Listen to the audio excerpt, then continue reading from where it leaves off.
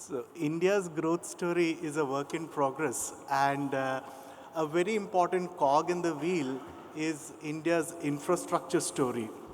So the modern generation thinks of digital infrastructure, but there is a lot more still to be done in the basic brick and mortar infrastructure.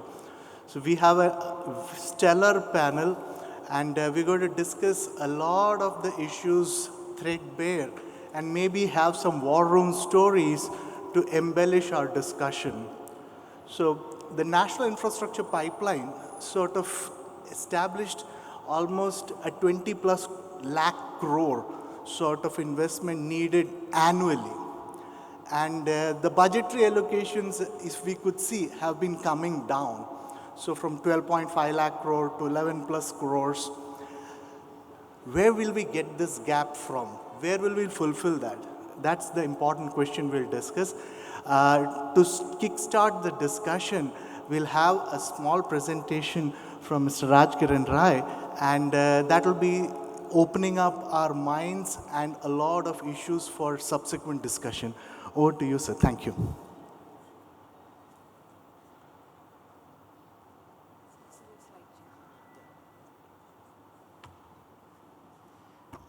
Very good afternoon. When we talk of infra, particularly for the investor, we have a lot of recency bias because we saw a lot of issues around infra in the last decade. So naturally, investors are not very attracted to infra. But then when we talk of Viksit Bharat and 2047, the 30 trillion economies, the biggest lever is going to be infra. So the highest investment has to happen in infra. And government is doing the heavy lifting at this point of time. But we are looking for more and more private sector investment.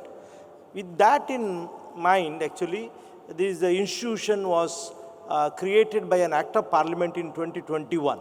National Bank for Financing Infrastructure and Development. And in 22, we actually operationalized this organization.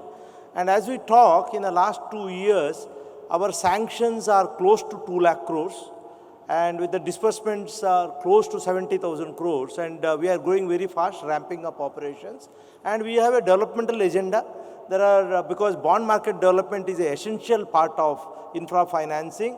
Even though last 20 years we are talking about bond market development, but not much has happened except the AAA category and the G-Secs. So now actually the partial credit enhancement is a product which was a part of the budget speech also, where the NaBFID is given that role to develop this product.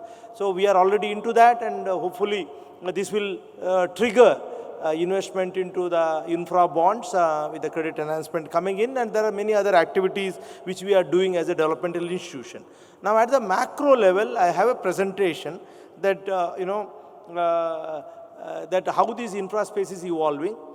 I actually many times mentioned that today infra asset is as safe as your housing loan. You have to forget what happened because there were many reasons behind what happened earlier. But most of those issues actually fixed. When I complete my presentation, maybe you'll have a better picture of what is happening in this space. So the content part is divided in 4 parts, basically infrastructure-driven growth, then the policy enablers which have come in the last 10 years, then channeling the financial resources to infra and the recent trends, and NaBFID's role as a catalyst.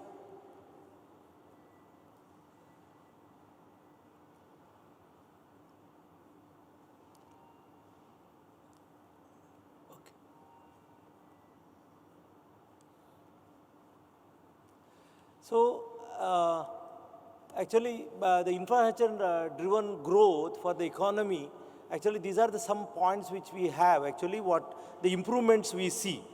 Enhancing productivity and efficiency. The World Bank ranks India 38 on logistics efficiency.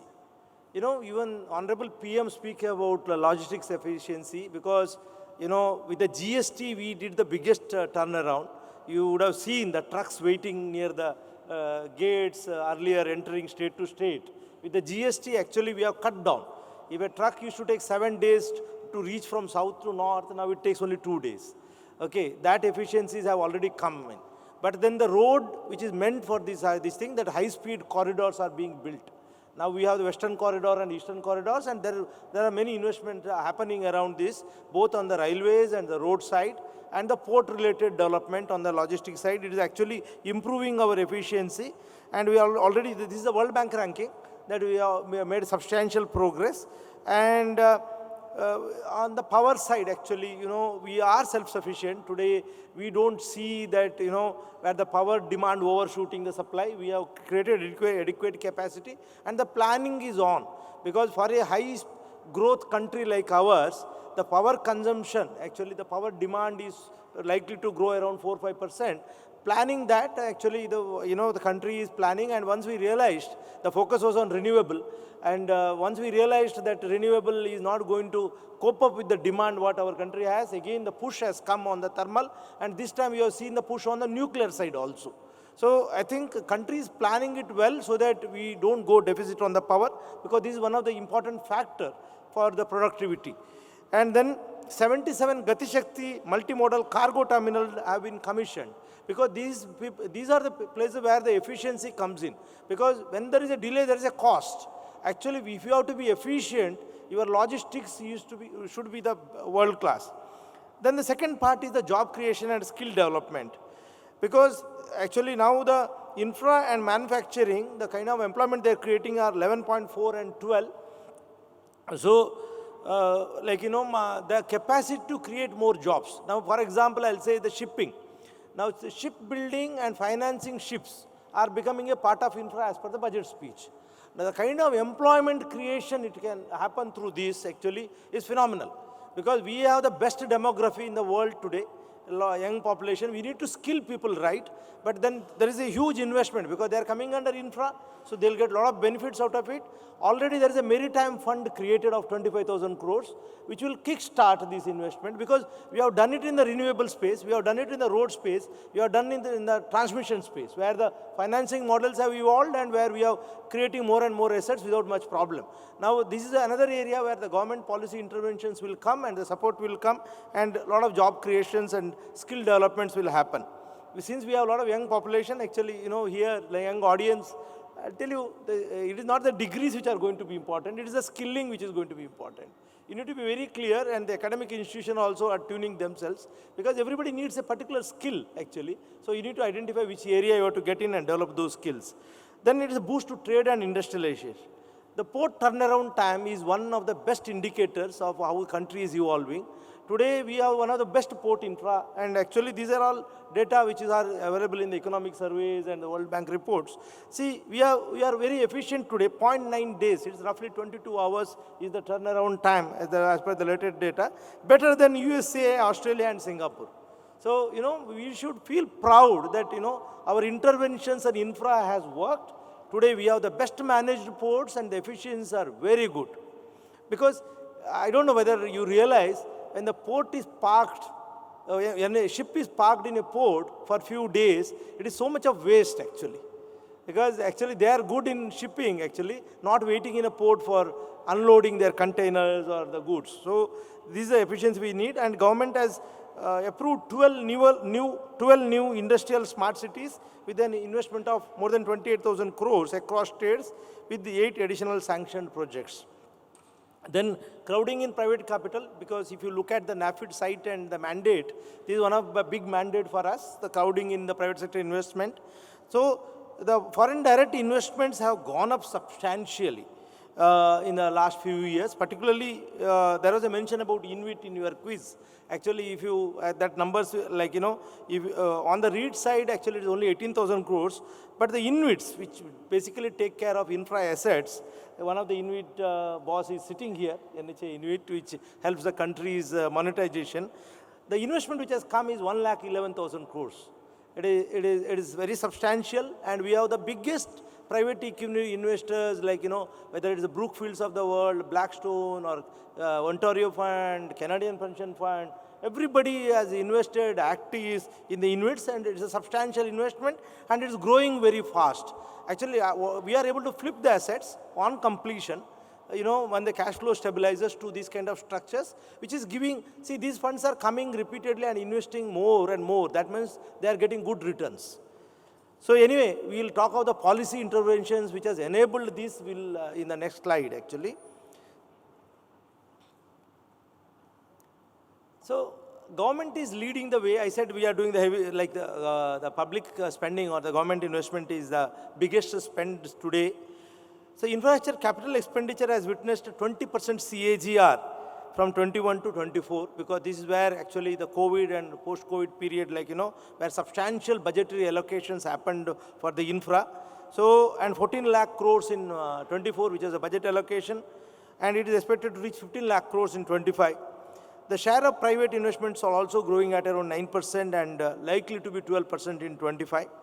Similarly, the CRISIL estimates that the 24-30 period, it will be twice the investment what happened in the previous similar period actually. So we are looking at 143 lakh crores of infrastructure spend over a period of 24-30. That is almost doubling the investment. And green investments are also coming, because these are very important. Actually, these also 5x today. I think the renewable capacity addition, you must be seeing the articles. India is doing the highest in the world today on the renewable capacity additions. Similarly, some graphs on the capital expenditure, because time, actually I will not get into this data. So these are the interventions which have happened in the last 10 years. On the top, I'm talking about the regulatory interventions which have happened and the government schemes. Actually, these are the structures on which this is being built actually. If you look at actually in 2014-15, we had hit a road bump, no investment was flowing because all the accounts were becoming NPA, there was stress, there was delays, environmental clearance was an issue. So the government came with the HAM model, where actually the revenue risk actually got shifted to the government, particularly the NHAI. So it is only the construction risk. With that, actually, the capital needed for a promoter to build asset went down. Government started contributing upfront, and this was a model which is very, very successful. Today, on the financing side, actually, HAM models command the lowest interest rate in the banking system. Today, banks actually compete for this financing these projects. Actually, if you think that infra financing is difficult, you should go and talk at the HAM, this thing. Whenever the HAM project gets allotted, there will be banks queuing up to finance this, because that's a structure which has evolved, very successful model. And these projects actually which are completed, because these are annuity based, most of these assets are getting into InvITs actually, because this is a steady cash flow giving good returns. And after this, actually, we have also not seen much time overruns and cost overruns. Everything happens within time schedules. And the toll operate transfer models, which are again, the monetization part, basically on completed road, actually government is monetizing so that the money flows to clear the debt and also for the fresh investment. Then the PPP model, actually a lot of amendments have happened. This is where actually ultimately the foreign investors or other investors look for a solid contract on which this is based. This is very important, and the counterparty is very important. This is what happened with these new contracts and the modifications. We have SECI, we have NHAI, we have Power Grid. So these are kind of central counterparties owned by government, giving comfort to these contracts. And these contracts are also modified to an extent that private investors are happy with this contract, attracting more and more investment. Then the tax reforms have come in. Then actually the BOT model, that is actually, it was the earlier successful model which failed for various reasons. Now, in the HAM model, there is a lot of stress on the government balance sheet. Now, BOT model, ultimately, this is where the private sector investment has to come in a larger scale. Here also, now actually we are already talking about few projects coming under this model, and the ecosystem has evolved to take care of this, and I am very sure that as this get launched, these will also get the same support. Here, actually, the risk is more on the builder, like the construction contractor, basically, because his revenue risk is on him, the toll collection. So they have to actually.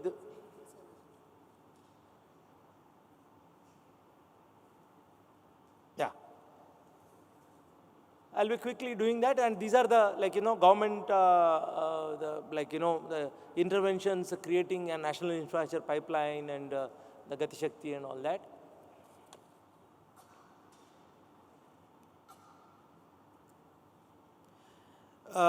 This actually very important slide. I'll cover this and close actually. If you see this, we had the highest NPAs in infra in the year 2014-15 around actually. So it was 22.6% and now it is around 2.8%. Mostly resolved and closed. And the average default rate is around 4.6 if you look at the 2010 to 24 period. But now it peaked to 8.5 in FY16 and reduced to only 1.1% now in the year 24.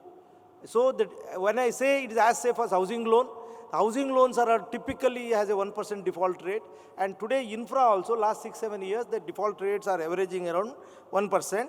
And actually in the investment grade is still less actually. So the median rating also of all infra asset classes, we have done a study of about 2,500 rated SPVs and it is the data flowing from that actually. So that is what it is leading to that. And I will close my presentation here because this presentation will be shared and the role of NaBFID and all that we'll take up maybe during the panel discussion we'll take care of that. Thank you.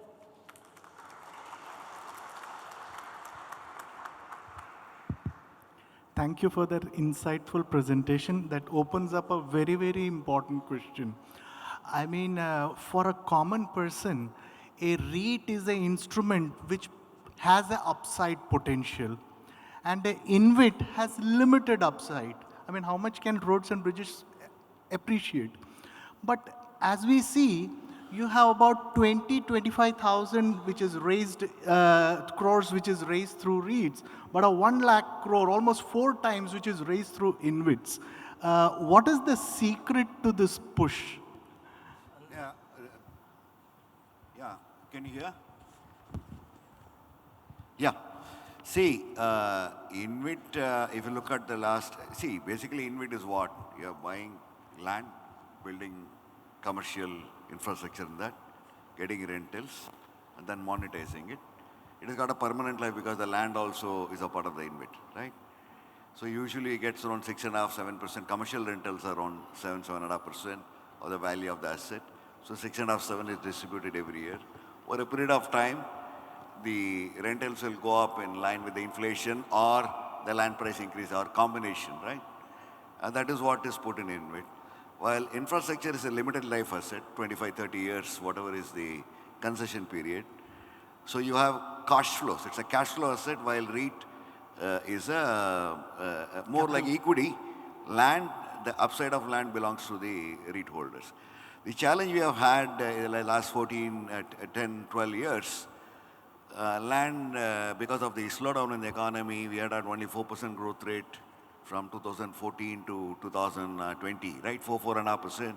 NPA problems, recognition, evergreening, all problems got sorted out. GST introduction slowed down the economy a bit initially.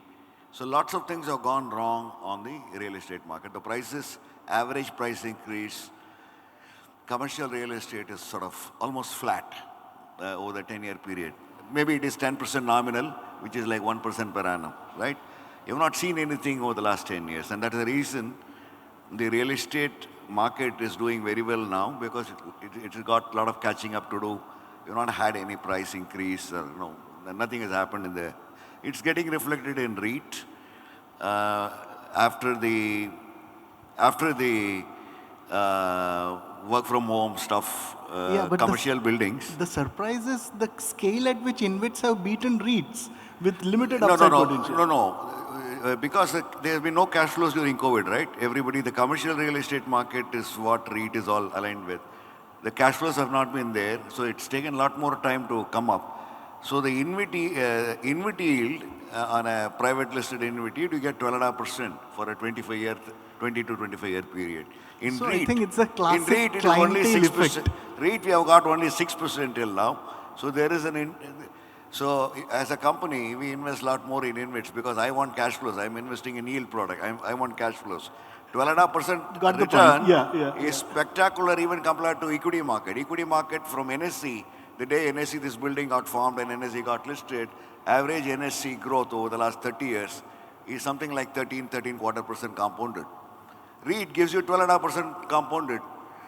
I mean, it's as good as equity over a 30-year time frame. And post-retiral and post this thing, this is one of the best products. Like all my investment, post-retire investments is in Yeah. REITs. So- Is in So InvITs. if I have to summarize what Mr. Govindan said, so what you're saying is there's a clientele effect, and people who seek capital gains would probably be benefited by investing in REITs, and those who want a regular income, they may be better off investing in InvITs. Not just regular income. You look at it is as it's very low volatility, very low risk, no capital market movement, 12.5%. 12.5%, you will not get I mean, in there any is instrument. no Bank deposit- surprise that the bank moment deposits are at 7. InvITs open, 12.5 is like over a 20-30 year period. It's almost equivalent to equity. correct. So there's no surprise that the moment an InvIT opens, by then within few hours it's fully subscribed. So, have you faced any regulatory challenges while raising InvITs? I mean, especially recently, SEBI raised, recently in the last 2 years, the amount that we can borrow or raise using InvITs from, I think, 40% to 70%. So, does that affect investor confidence? Actually, InvIT structure permits a 30-70 ratio. Actually, they can go up to 70% debt. But on an average, what you have seen, they are around 40. So they they are AAA rated structures. All the InvITs are AAA rated structures because they have higher equity component. So we don't see a problem. There is no regulatory issue. There is only one issue bankers face because it is a trust structure.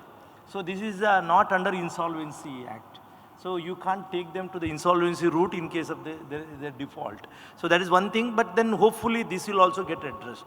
But otherwise we don't see a challenge. InvITs have taken off very well. There is a substantial investment coming into the InvIT route, and one point I want to add to what Mr. Govindan said, it is a supply of assets. In case of REITs, actually we don't see that kind of supply of assets who are willing to flip it to the REITs. Because they are such good investments, everybody wants to hold on. Whereas infra, actually the supply of assets are so big, and the good quality assets, particularly the annuity-based model, that's why the supply of assets have made big difference. Correct. Is there any stress testing or some sort of risk analysis that has been done on InvITs saying that, to what extent can I further raise capital through InvITs on a given asset? The traffic can vary, so many things can change. So I think first of all, we have to put this in the context of supply and demand of assets and capital, right? And I think we need to broaden the definition of this a little bit from just a return and only a retail investor participation into InvITs. I think there's a much larger pool of capital that exists in the world and in India, which is on the institutional side, which is the pension and the insurance money. Now, they historically have allocated 10 to 15% towards alternate assets. And they are happy to take a long-term exposures with low volatility as a return expectation for them. So they normally are the ones that come into these instruments first. And I'll come to your question in a moment, but I just want to set the context of whom we are talking about when we are talking about REITs and InvITs. Retail forms a very important part of this, but retail is not the major part of capital that is coming into these assets, because these assets are, let's all accept it, these are complex assets. These are contractual agreements that exist between the concessioning authority and the concessionaire. There are challenges that come through, there are litigations that happen along the way, etc., etc. So now, having said that, these investors who are looking to kind of lead investments into infrastructure as an asset class, and InvIT becomes a very efficient vehicle for them to make the investment, are looking at this instrument from a conservatism lens. They are not looking at this from a high return lens. I think the point that Govindan Sahab was making and Rajkiran was making is that the issue here is that if the investor is of the kind who is looking at this as a conservative asset class, then the regulations may allow us to go to 70%, the regulations may allow us, many things can happen, but the capital allocator has to give us that capital, and they would be happier if we are also offering them a conservative case, which essentially means that the leverage has to be such that, irrespective of 50%, 70% or whatever number, the leverage is such that you would be the investor would be comfortable absorbing that risk should the world go topsy-turvy, like it happened in COVID. It is in a form and structure that even issues coming over the next 15 to 20 years in the infrastructure asset class can be absorbed. And that's how the management looks at it and puts it out. I'll give you one example of NHAI InvIT, and that'll answer your question with regard to stress testing. When we started, we knew that we were launching this InvIT for the first time, and both as a product and as a concept was very, very nascent, at a nascent stage. So despite the regulations allowing us 50% leverage, we started with less than about 25% leverage. And the purpose was very simple, that the investor looking at it would say, okay, even in an extreme situation, I'm not going to lose capital. And the banks would be extremely happy to give us debt at 25% leverage because they'll be extremely competitive, and that by improving the whatever valuation that we have. With successive 3 rounds that we have done, we have gone to leverage from 25 to now 43%, and we are at the cusp of launching the next round, which will take us leverage to 49%. When we are reaching 49%, but the size of the InvIT is 47,000 crores, right? It's got 41 toll plazas, roads in 11 states, etc. So you're not investing on the road, now you're investing on the India GDP proxy, right? So I think that's how we should look at it. The stress testing bit is already embedded in the way the proposition is put to the investors. I mean, at 49%, I think, and you're enough buffer. Yeah, absolutely. So pretty safe. Basically, you're not allowed. The regulation is clear. If it is a single asset, you can't cross 50. You can't raise cash, you can't raise debt and distribute dividends to unit holders. The leverage above 50 will have to be only for acquisitions. If they buy assets from the market, they can use additional debt, and if they take additional debt, and if they buy an asset which yields, let's say 4% higher, right? 4%, 3-4% higher, then the overall yield goes up, right? So it is not for standard assets, more than 50 is not allowed. It is only for acquisition it can be used. Even 70 is not possible for the same asset. You have to buy new assets, for that they allow leverage. So it's a very conservative stuff from a SEBI, you can't cross 50. Interesting. So had I known about the quiz, I would have suggested a question. But since I did not know, let me say the answer and the quiz question right away. One of the biggest investors in Bangalore airport is a private equity firm called Fairfax, 74%. I think that's a success story that we need to trumpet across the world. I mean, a private equity firm having trust on the top management of a particular infra asset and trusting them to run the asset properly. So when such kind of deals happen, what are the kind of safeguards that private equity funds put on their term sheets? I mean, trust is one thing, but they would actually put certain tripwires. What would be some of these tripwires they put in a term sheet? So, if you look at airports per se, they're a very reasonably secure asset, because if you look at the till model, there's a hybrid till model and there is a user pay model. So if you look at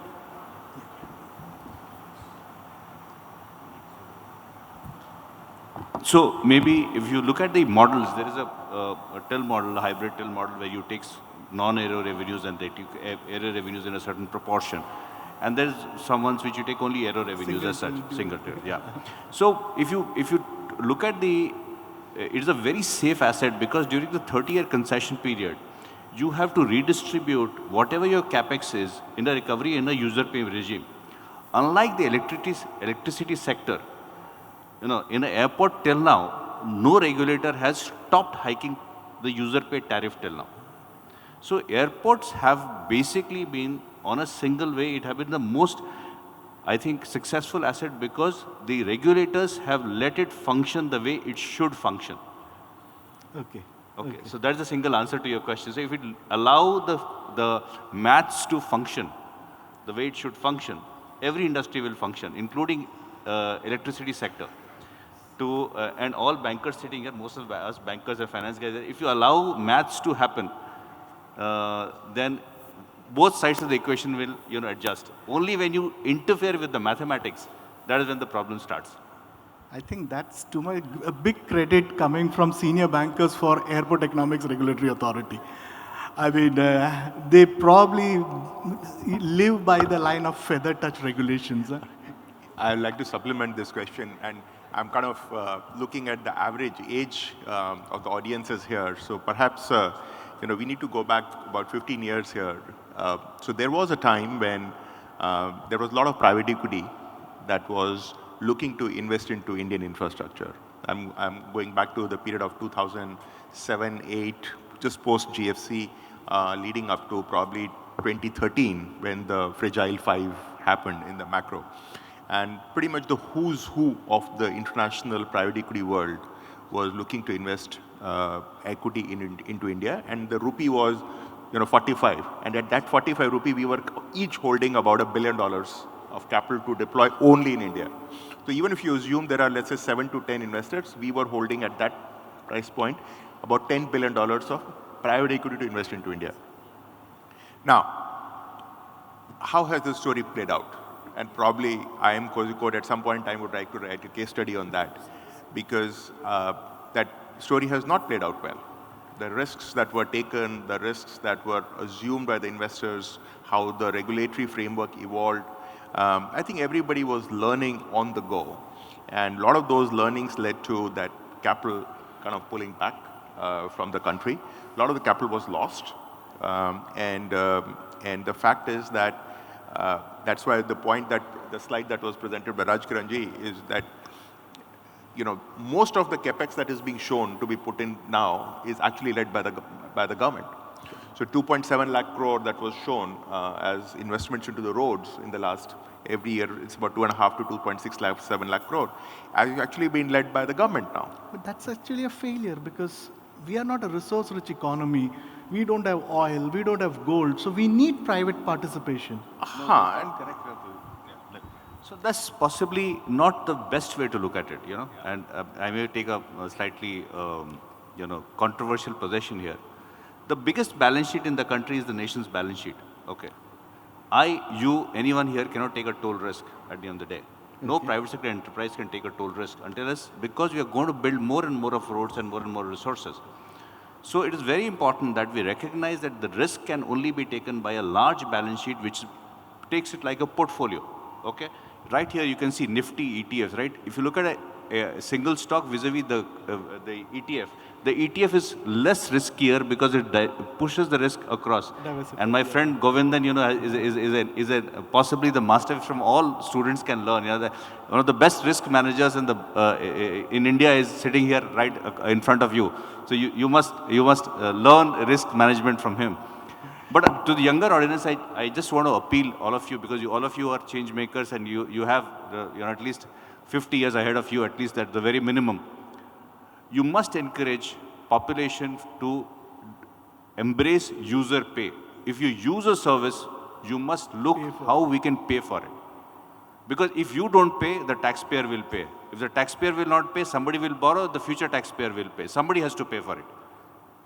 So building on that, actually our nation's credit rating is just about investment grade. So does sovereign rating of the nation hamper our access to a lot of funds that external PE funds or external funding agencies can bring into India? Be it pension funds, Canadian Mubadala. I don't see. I think the largest players are the Canadian pension funds and the Singapore and all of that. They are the largest players.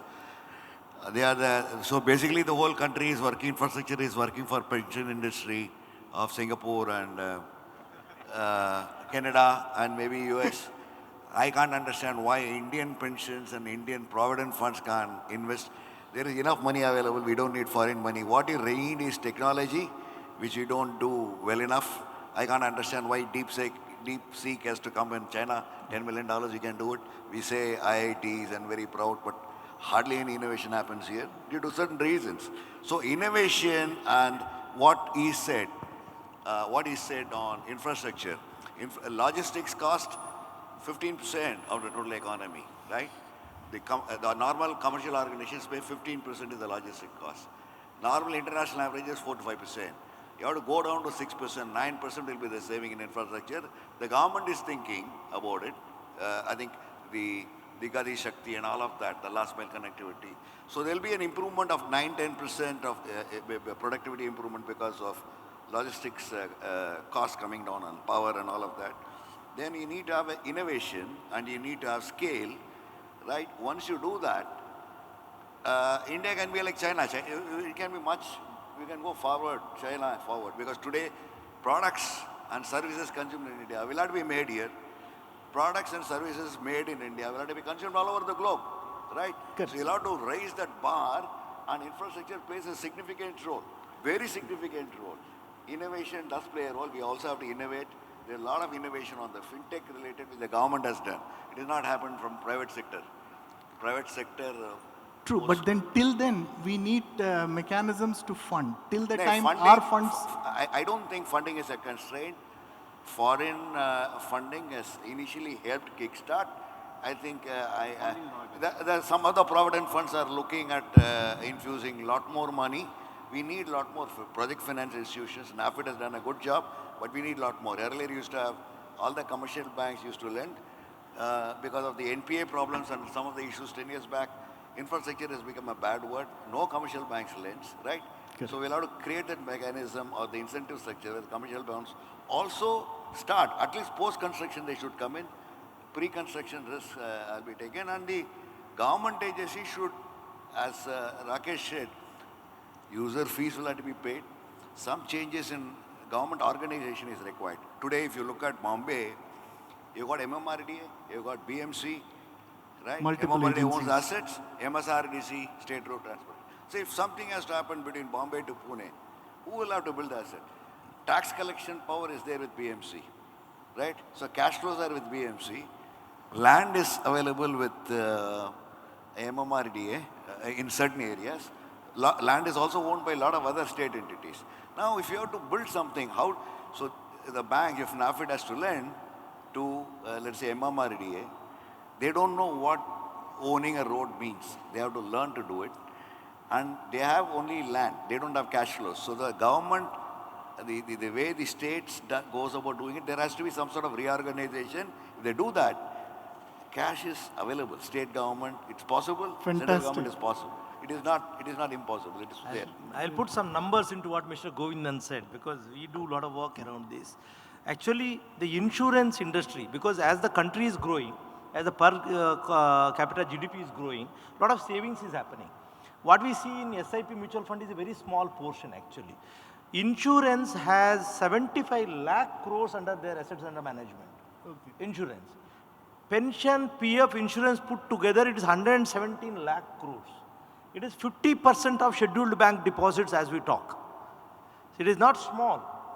And this 117 lakh crores is growing at very high double digits, where the government, like the scheduled bank deposits are growing, struggling to grow at close to double digits. So now if you take 117 lakh crores and a 15% growth, so you are adding 16-17 lakh crores every year. And that is my infra need. We are thinking of 20 lakh crores investment every year. So what Mr. Govindan says, India is generating that kind of long-term liability. And insurance and pension needs 30-year bonds. And this is only infrastructure sector can supply this.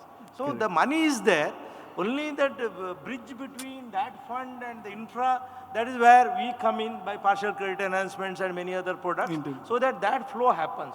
Once that flow is established and once that money starts flowing here, we may not need, actually today when you are paying user fee, you are taking care of a Canadian pensioner, correct, not an Indian pensioner. So, yeah. So frankly speaking, I think we are a blessed generation to witness a time where, pioneers of Indian infrastructure say that we can find resources. We are not constrained by resources. We just need ideas. I think that's a very, very good note.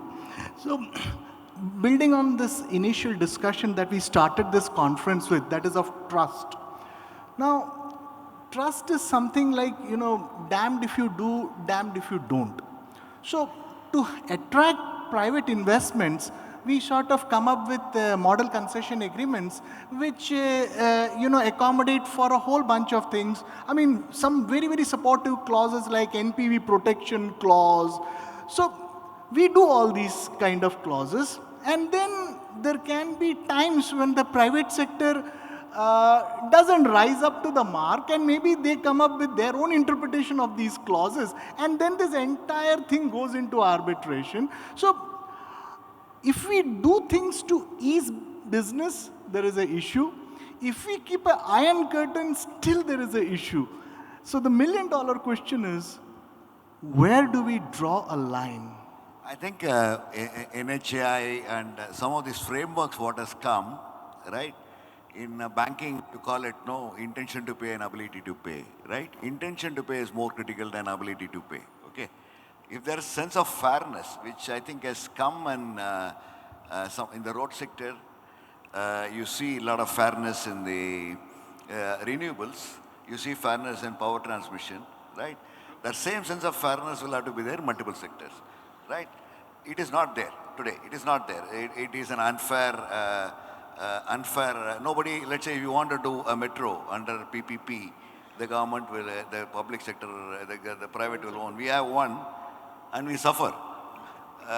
Basically because all rights belong to the golden shareholder. Without putting in money, the government or whoever wants to control everything. I mean, typically that is the way it happens. And it can be in roads, it can be in any area.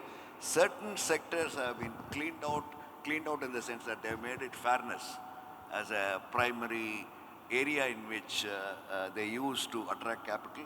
And it's in those sectors you have InvITs and REITs and all have come. Wherever it is not fair, fairness is not there, fairness quotient is not there, those sectors struggle. You have to have a belief, as Rakesh said, if you build a road, somebody has to pay for it, right? Now you need to have a mechanism to do that, and if it is there, all sectors can come into this. Infrastructure can be there in roads, sports, dam, even educational institutions. It's possible to do a PPP model. It's possible to do that.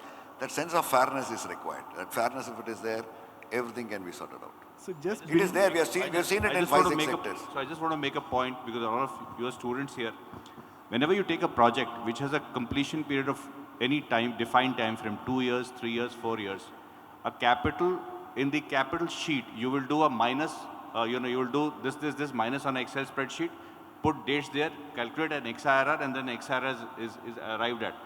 Any delay that happens in deployment of the capital has a cost of capital that keeps increasing. Very simple logic, yes or no? Yes? So if the cost of capital keeps on increasing, but the user does not want to pay a higher fee, then who's going to pay? Govindan pays for it. And when Govindan pays for it, then he becomes very unhappy. And actually, this is exactly where, in sectors where there is fairness, by going by principles, so if there's a delay, somebody has to pay for it. And that should come from the institution or the concession provider to ensure that the cost is taken care of by them and not by, and that is what the change that has happened in NHAI, which is why NHAI has been the single largest implementer of road projects, I think possibly in the world today. Yes? Suresh? Yeah, no, that's correct. That's correct. And just to supplement to all those points is because I belong to that organization. So I think the whole BOT program started, the PPP program started with them only. And in their history for the last 20 plus years of PPP program, never they have changed a concession agreement with retrospective effect. All changes have always been brought with prospective effect by grandfathering the previous clauses. Now that makes a huge change in the way the investors look at it, right? And that confidence that has been built over successive years of multiple rounds of concession agreement give people the confidence that yes, I can continue to deploy capital. And that is why on one side the government is putting a lot of capital into building the roads, and the second side is then they are looking to then monetize those roads through InvIT and other modes, again which is attracting a lot of capital, both from the retail as well as from the institutional side. So again, a personal experience I would like to give you, and anybody interested in the audiences also need to reflect on it, that it is in the nature of the contract that there will be some litigation or there's some arbitration or some conflict that will come through. Particularly if these contracts for 10, 15, 20, 30 years or so, the world changes and this will come through. I think what we have failed as a nation is not only to factor what will happen, but more importantly to, with a sense of fairness, create a platform or a basis for us to have that dialogue and resolve that.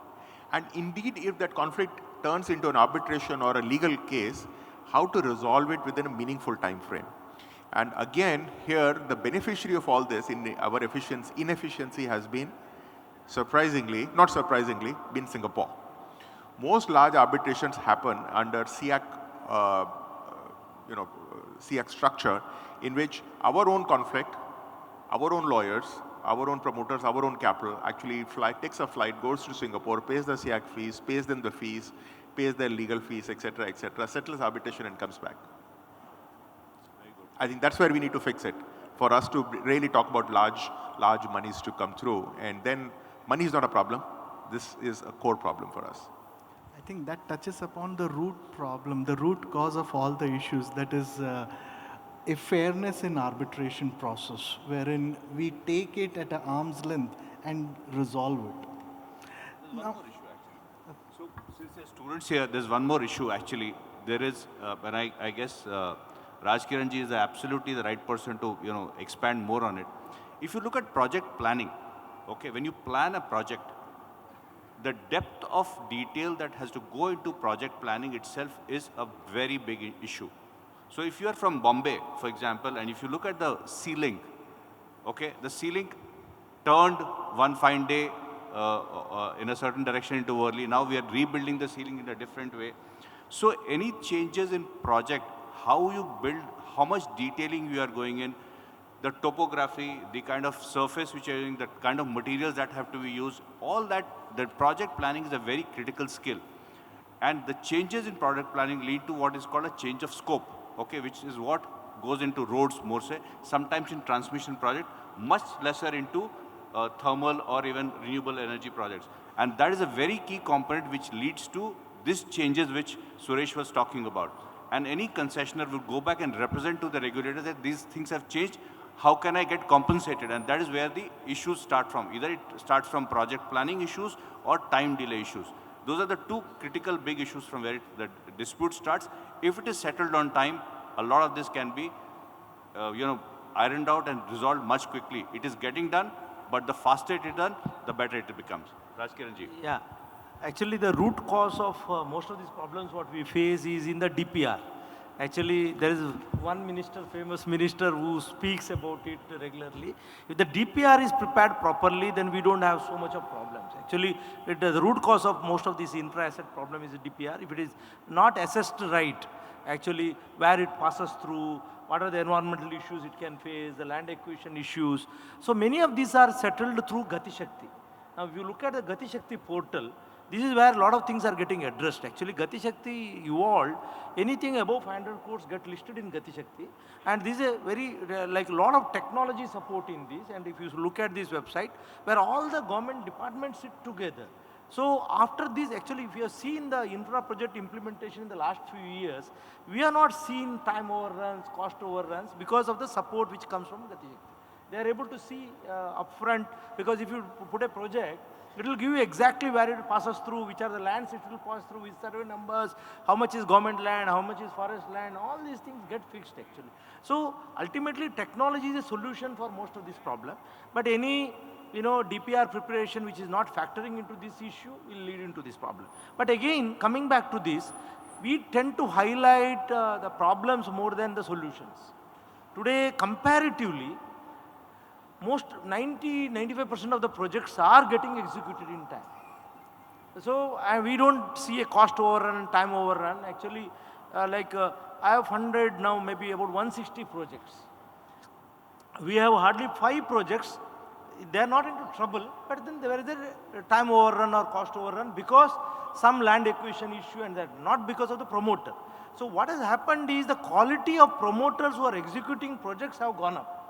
And again, the board governance there, again, if you look at all the renewable players, look at their boards. There is a private equity investment, and there is a, lot of directors sitting there who are very professional. There are professional people sitting in every board today. So the governance standards of these construction companies also have gone up everywhere. So I think qualitatively, things have gone up, like what Mr. Govindan mentioned, like, these kind of projects actually. Here actually what has happened, actually while metros are very important in urbanization, because the next phase actually, having got our energy side right and the road side right, and maybe ports right, airports right, now the focus is getting into urbanization. There is an urban challenger fund already, like, which is launched and all that, where these metros and urban transport will come in. I'm very sure these issues also will get fixed, actually, because there's a realization.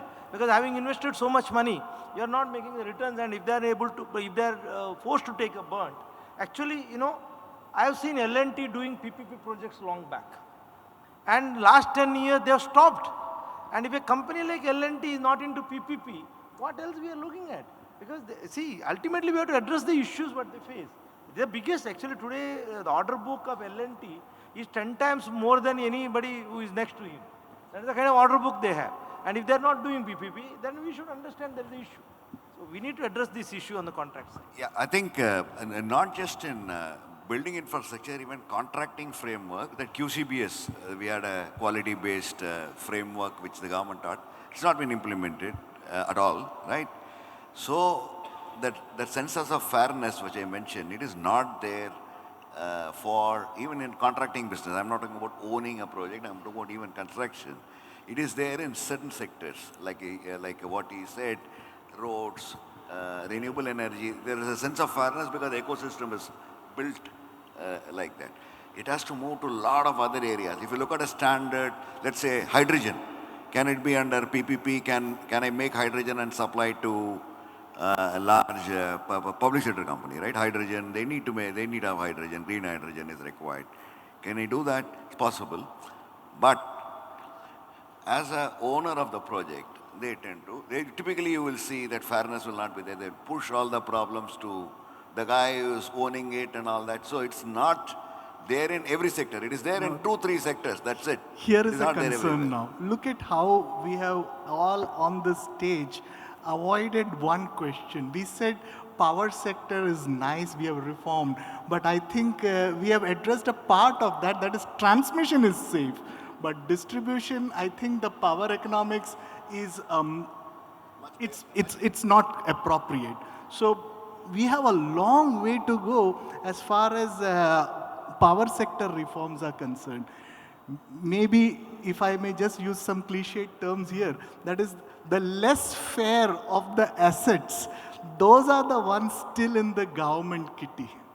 Whereas the fair ones, which are in a better domain where regulations exist, revenues exist, they are the ones which are amenable to funds from the private sector. So we need more of the fairer sector if we need more funds. Yeah, that is because the users don't pay the charge, right? Why That's power right. sector is in Absolutely trouble? Because you want to power at 1 rupee and then give subsidies, right? It's political. So that's the reason those things have to lie. If you want to give subsidies, then it will be with the government only. It has to be with the government. Wherever the fairness is there, it will move to the private sector. But yeah, but in a forum like this, I think we need to realize and highlight that there is a fair side of the infrastructure and there is a not so fair side where other considerations come into play. Like you have a beautiful coastal road, fantastic. It is not toll today, right? But I keep thinking, I used to that coastal road daily. I would be very happy to pay because I know that money will go and develop some other asset somewhere, right? I think it should be there, but you have to do the existing assets. There are lots of assets. Lots of assets are there in the country which can be monetized, and then money is available for new assets. As long as you have fairness, lots of things are possible. I mean, to have, I was just doing I was just doing how big India's market cap can be. Right now, what, $3-4 trillion, right? I'm just thinking whether it is possible to go to something like $100 trillion, right? Possible. In 40 years' time, 30, 40 years' time. Power of it's possible compounding. to do that. But if you have to do that, you have to do work on the ground. You have to create that fairness, you have to improve productivity, education, all of that. Produce goods and services which is globally required. Be at the upfront of innovation. Have great infrastructure, improve productivity. I mean, you'll go back to 1200 AD where people have seen that Ponniyin Selvan, 1200 AD, India's GDP was 45% of the world. We are at 4% today. It can become 40% of the world. Why not? So we'll just take 1 minute to wind up and put out prescriptions for the future. So could each of you say what you have experienced and what is lacking, and say 1 or 2 suggestions that would address those issues?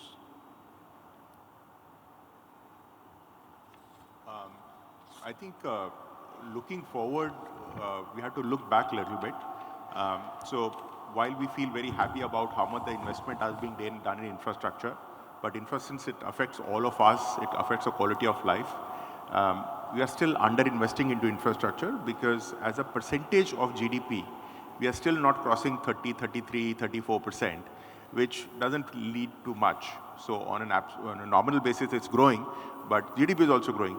So if you look at last 10-year data, 15-year data, I think it's hovered between 30 and 34%. We need to break through that. And in order to break through that, we need to create capital to come in because everything else exists.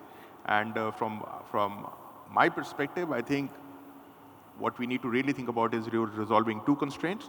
How do we ensure domestic capital comes into infrastructure? And second is how we strengthen the contractual frameworks so that people feel confident putting capital behind it.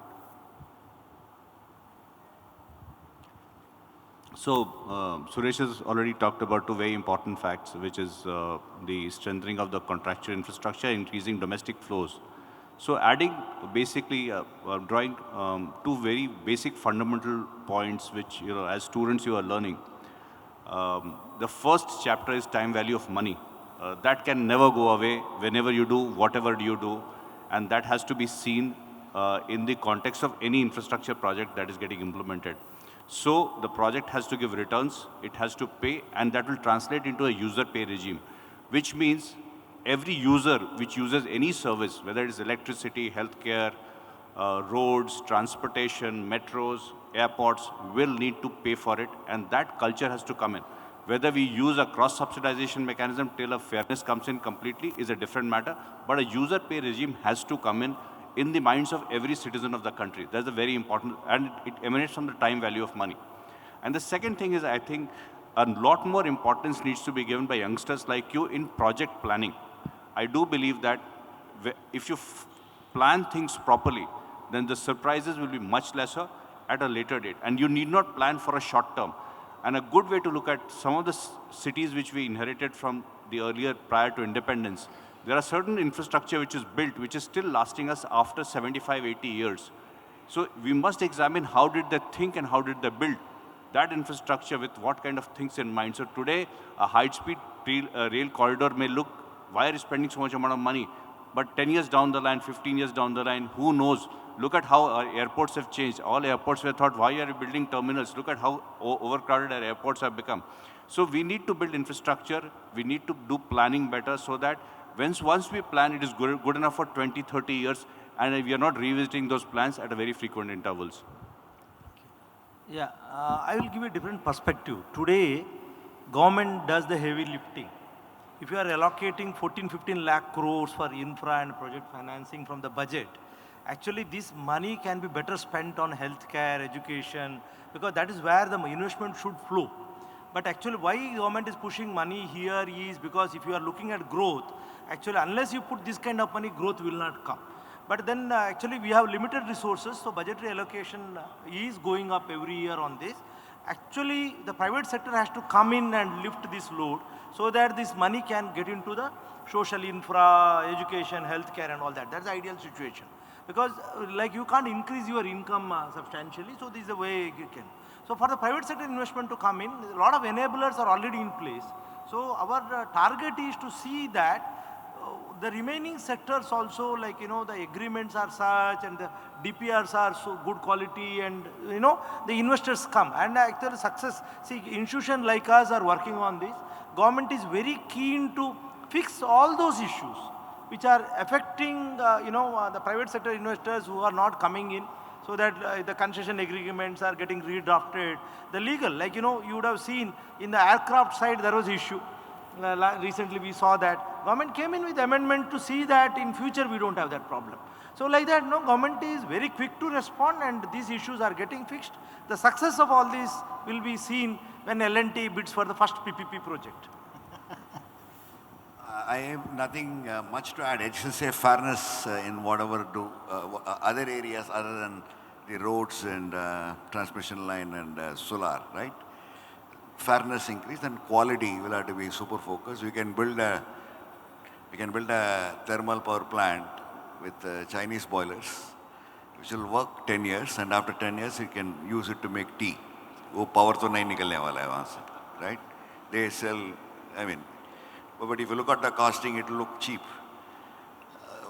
If you look at a good quality boiler, it will work for 50 years. So there's a difference between 50 and 10.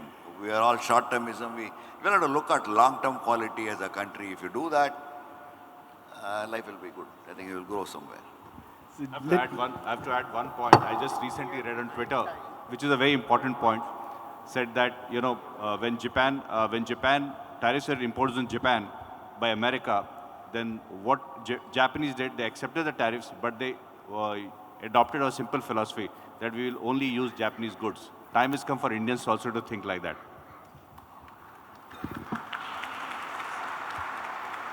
So let me summarize that the key thing which we have learned is we need to channelize domestic funds through institutions, through private sector, to infrastructure, so that it leaves some space for the government to focus on social infrastructure, which will be in the long run adding to our capabilities. So thank you for a very enlightened discussion, and I think this forum was a very important place to air these concerns. Thank you to the audience. Thank you.